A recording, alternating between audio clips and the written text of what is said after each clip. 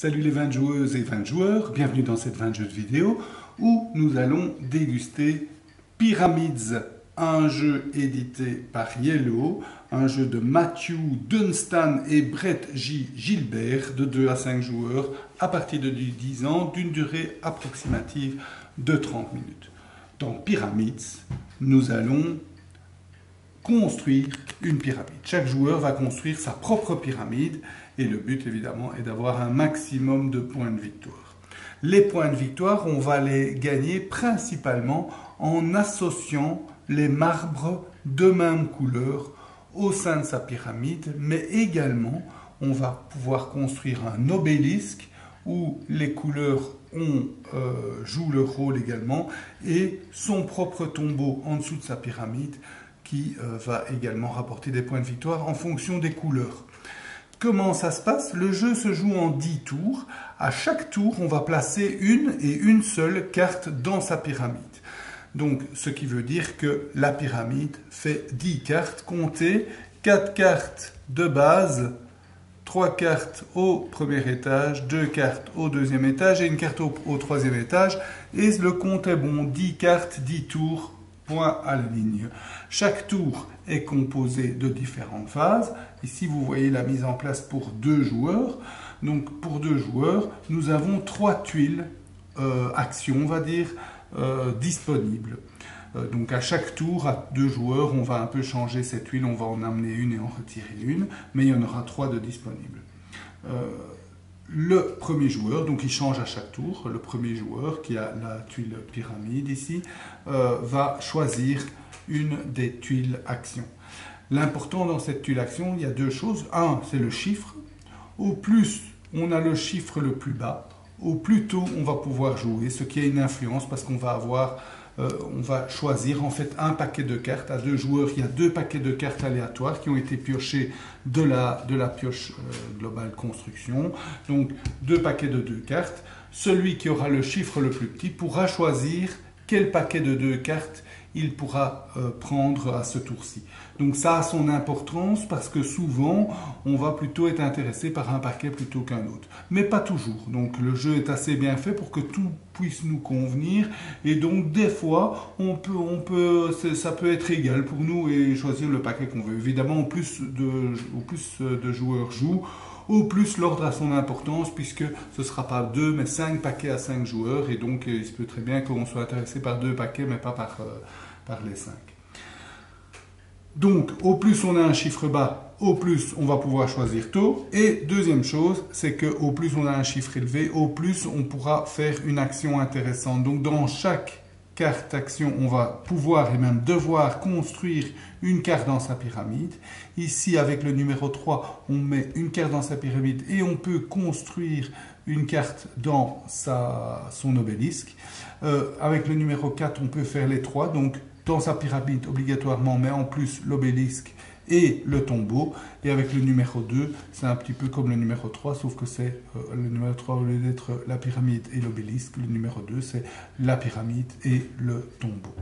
Donc, on prend sa tuile, le joueur d'après prend sa tuile également, et puis le premier joueur choisit un set de 2 cartes, il prend celui-là et il le met dans sa main. Il a 3 cartes maximum en main parce que il a 3 cartes maximum en main, car, j'attends la fin de mon GSM, voilà, merci, car à la fin de son tour, il ne peut en garder qu'une. Et puis, avec ces 3 cartes, il fait les actions qu'il a décidées. Donc, s'il a pris la carte il ne peut mettre que dans, imaginons qu'il avait pris la carte numéro 4, il peut mettre dans les 3, donc il continue à construire sa pyramide, il ajoute soit sur le même étage, soit un étage supérieur si les 2 cartes en dessous sont construites. Dans l'obélisque, il n'a qu'à rajouter au-dessus, et dans son tombeau, il n'a qu'à ajouter la carte dans son tombeau, comme ça, face cachée. Voilà, on fait ça 10 fois, et puis on calcule les points. Les points, eh bien, on va calculer pour chaque couleur dans la pyramide, on va calculer le nombre de fois maximum où il se touche. Donc par exemple ici, blanc se touche 3 fois ici, 3 fois là, 1 fois là, donc c'est 3 points, c'est le nombre maximum, 3 points. Jaune, 1, 1, 1, 3, donc c'est 3 points pour jaune. Vert, 1, 1, 1, c'est 1 point. Rouge, 1, 2, c'est 2 points. Et bleu, c'est 1, 2, 3, 4, 5, 6, 7, 8 points.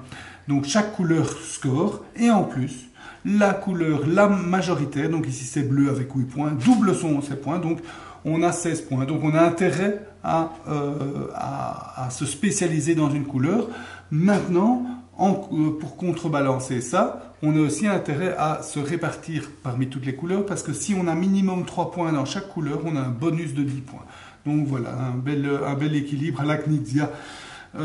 Dans l'obélisque, on va simplement regarder la couleur qui se retrouve dans une majorité d'étages. Ici, rouge se retrouve dans les 5 étages. 5 étages, on regarde sur l'aide de jeu. Sur l'aide de jeu, à 5 étages, c'est 15 points.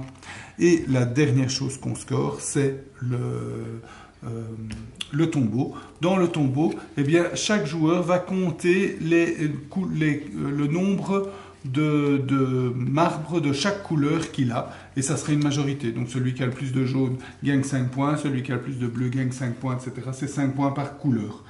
Il y a également un bonus à ne pas négliger, qui a fait que le meilleur joueur a gagné aujourd'hui, c'est les symboles, les glyphes. Donc une glyphe pyramide dans une pyramide, donc si la glyphe pyramide est dans l'obélisque, ça ne compte pas, mais si la glyphe pyramide est dans la pyramide, c'est 2 points par glyphe. Donc ici, 4 points supplémentaires. Dans l'obélisque, même chose, mais c'est les glyphes obélisques. Donc ici, c'est 4 points. Et même chose pour les glyphes tombeaux dans le tombeau. Et voilà. Au final, on compte les points sur ce petit calepin, très très bien fait, très beau, vous voyez, en couleur, qui explique bien chaque chose. Donc on suit tout simplement et on ne sait pas oublier les points. Et ça nous permet d'avoir un score et de pouvoir garder ça. Donc c'est assez sympa. Au final, Pyramide n'est pas super original, c'est toutes des mécaniques qu'on a déjà vues dans d'autres jeux, la construction, la combinaison de couleurs, le choix d'une tuile qui est soit intéressante si on est tôt dans le tour pour pouvoir choisir en premier, soit plus intéressante en termes d'action si on est dernier, des combinaisons de cartes, pouvoir prendre 2 cartes, etc. Donc rien de très nouveau, pas non plus super beau, enfin il faut aimer, mais moi personnellement je ne suis pas fan des graphismes, mais un jeu qui tourne vraiment très bien, qui est agréable à jouer, qui se joue rapidement, une fois qu'on a compris, on a compris, donc en famille ou quoi, c'est très sympa à jouer.